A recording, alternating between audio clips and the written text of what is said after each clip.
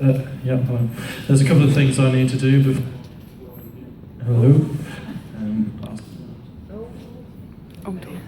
Maybe the signal's a bit better. Right. I'll go on this side. Let's see. 1, 2, 3, 4, 5, 6, 7, 8, 9, 10. I don't know why nobody else had this problem. It's probably my incredible mouse.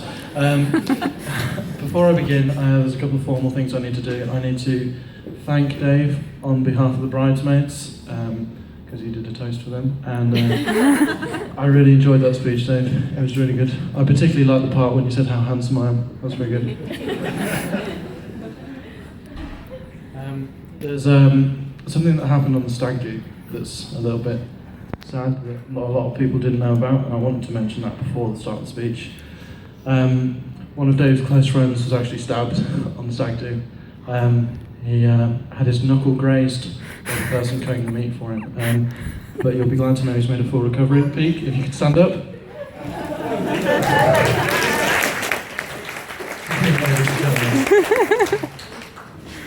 And there's just a quick safety announcement. Oh, wait, hold on. Because the mic keeps cutting. Shall I do it without the mic? No.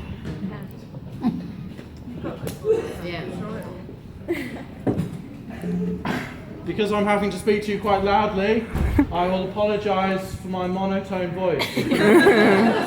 It makes it particularly difficult for me to effectively express emotion.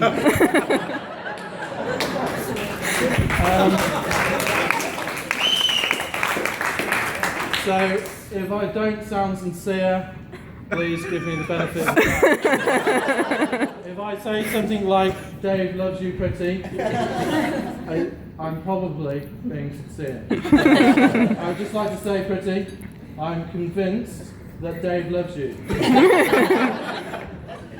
Quick safety announcement, if you could all refrain from standing on the tables, jumping around, starting fires when you do my standing ovation, that would be greatly appreciated.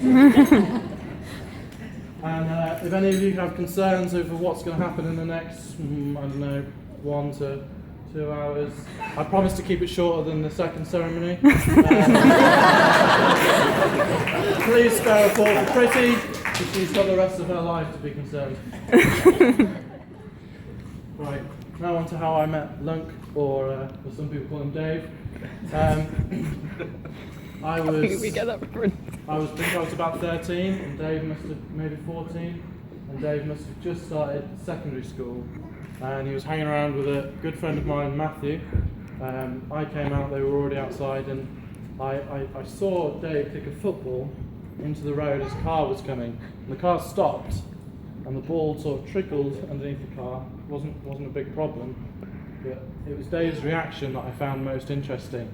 He just sort of stood there, and I was like, "Is this kid dumb? Lazy? What's wrong with him?" And eventually he said, "Matt, get the ball." It was at that point I realised Dave maybe had a future in people management. It was quite impressive to command somebody so well at such a young age. For those of you who don't know, Dave is incredibly competitive and terrible at losing. We used to play football together, and he would almost always be the one that would win. He was very fast and very aggressive. This made me quite sad, because I am also quite competitive and terrible at losing. It's amazing that we kept such a good friendship, despite the fact that you continuously beat me.